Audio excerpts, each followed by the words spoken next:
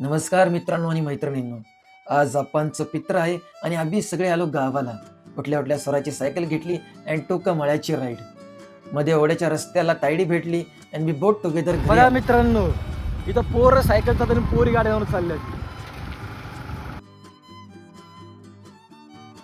घरी केक होता फ्रीजमध्ये आणि ऋषी मी खायला बसलो.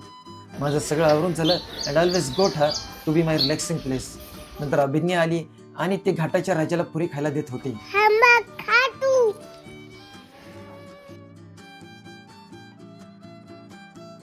अली बाबा, अली बाबा, अली बाबा, अली बाबा. तायडी, मी आणि अभिज्ञा जेवायला बसलो. दुपारी पप्पा आणि मी वेंट टू मंचरचं काम उरकलं आणि we went to shake at gym.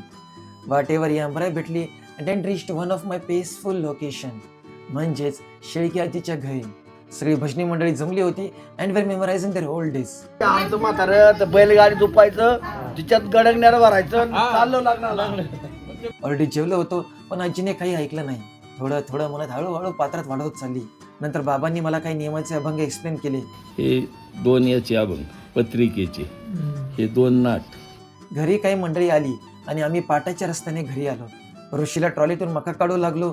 नंतर नानाला टोमॅटोचे कॅरेट भरू लागलो.